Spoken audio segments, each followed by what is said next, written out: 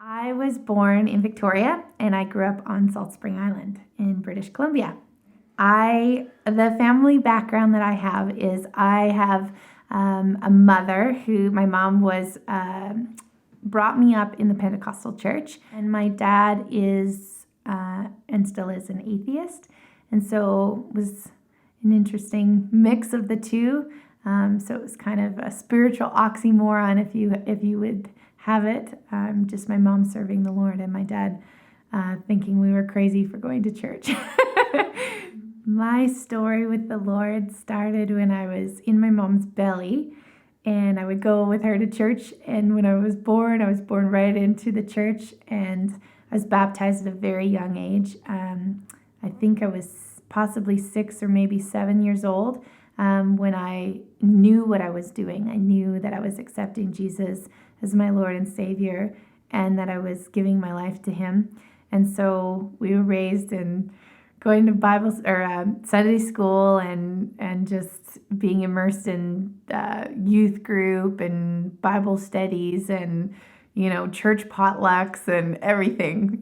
So that's how I was pretty much raised. And I've been really close to the Lord almost my entire life, except when I was in high school. I was about 16 years old, and I kind of got into the party crowd a little bit, which led me away. And it actually led me down a really dark path for quite a few years after that. And the Lord had always been calling my name when I was in those dark places. And thank God he never gave up on me, because it led me right back to where I am today. The turning point for my faith was I had reached rock bottom pretty much. I had been through some pretty traumatic things in my life just by putting myself in situations that were not smart. I was young, and my parents left the country when I was 17 years old to go to Thailand, and so I was out on my own and had to figure things out. And I was in such a sheltered community. I mean, when you're in the church, the great thing is that you have this great community around you. But when you're out in the world sometimes and you haven't necessarily been exposed to that, it can be a huge shock from coming out of a very close-knit community from a small island that, everyone's sort of friends with each other, to a different city, a different province, and having really no no compass, in a sense, just feeling like, well, I guess here's the world and let's just see how it goes. And so I got to a really, really low place. And I had gone through a world disaster, and it just, it really rocked me as a young adult. And I just felt that the turning point was as I was just really tired of being away from what I knew, away from the love of God. I was tired of feeling like I had no value, and I knew what it was like to be with the Lord. And then I had turned away because I was curious and rebellious, and I wanted to know, what this was. I was always told, don't do that, but I was never told why to not do things. So I was always trying to experience things. And plus, my dad was not a Christian, and so I always had that kind of pull leading me into the world, and, drinking and drugs and parties and all that kind of stuff. And then, when you're in the world and you don't have really that understanding of your value, you search for acceptance in other people. And I was really doing that. I was searching for acceptance in the party crowd and the popularity group, and sort of seeing what you could do and making yourself, the most important thing. And I realized the truth in that there was no value in that the friends you think you have, and that, you're so popular and you have all these friends around you, weren't really around you when you needed them. And so it really brought me back to a place of just wanting that intimacy back with the Lord, wanting that acceptance from the Father back, and that closeness and that safe place, that peace, really, to have that ultimate peace in my life is what I was longing for. And I knew that I could find it back in the Lord. It took me some time to get back to that place where I was ready to accept it and feel that at the point I had felt that I wasn't deserving of that anymore. I felt that I had tainted myself in the world, that I wasn't deserving of his love. I wasn't really allowed to accept that from him because of the things that I had done. And so I really went through a trial of feeling unworthy of his love. And it took me a long time. But I tell you, when I finally realized that it wasn't on my strength and it wasn't anything I could do, and it was just him freely giving his love. It says in the word that, he first loved us, that we don't have to do anything to get his love, but he first loved us. And so because of that, it took me time, because, I thought I would punish myself, if I can just, withhold from the love of God from myself. Then I thought maybe at some point I'll be able to get back to that place and receive it. And so it took me some time, but he was always there. He was always faithful. Every moment, every time I looked for him, I found him. I would definitely say it was a journey. Most certainly.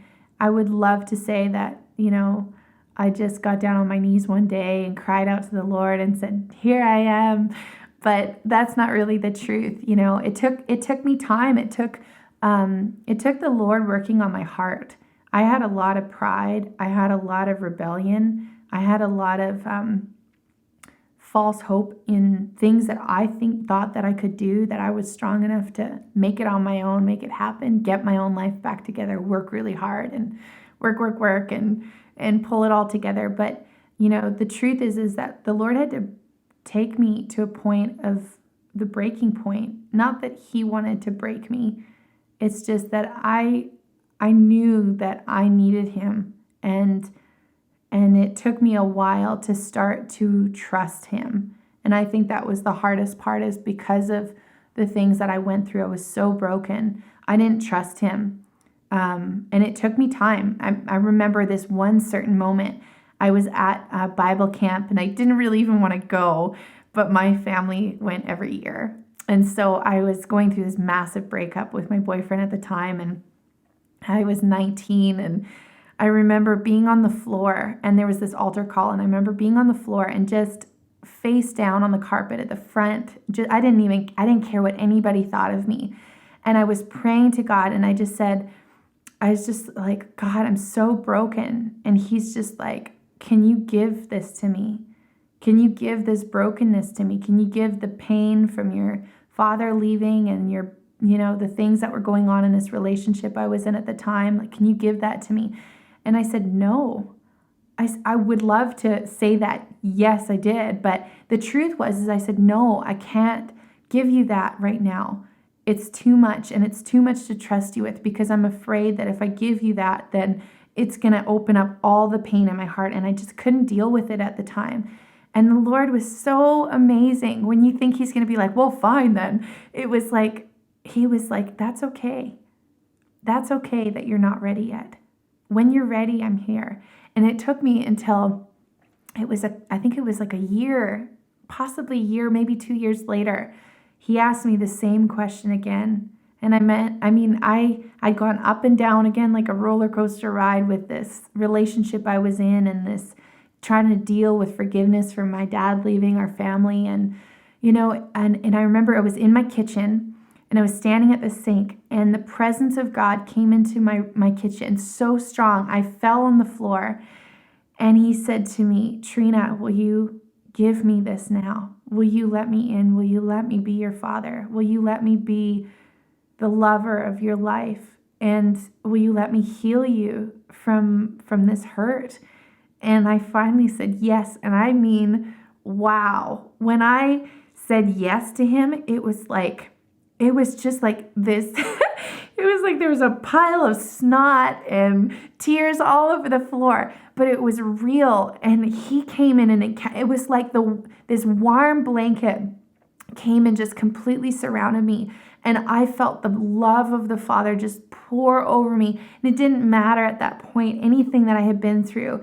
It was real. And he encountered me right where I was because I said yes, because he was just waiting. The whole time he was waiting for me just to say yes.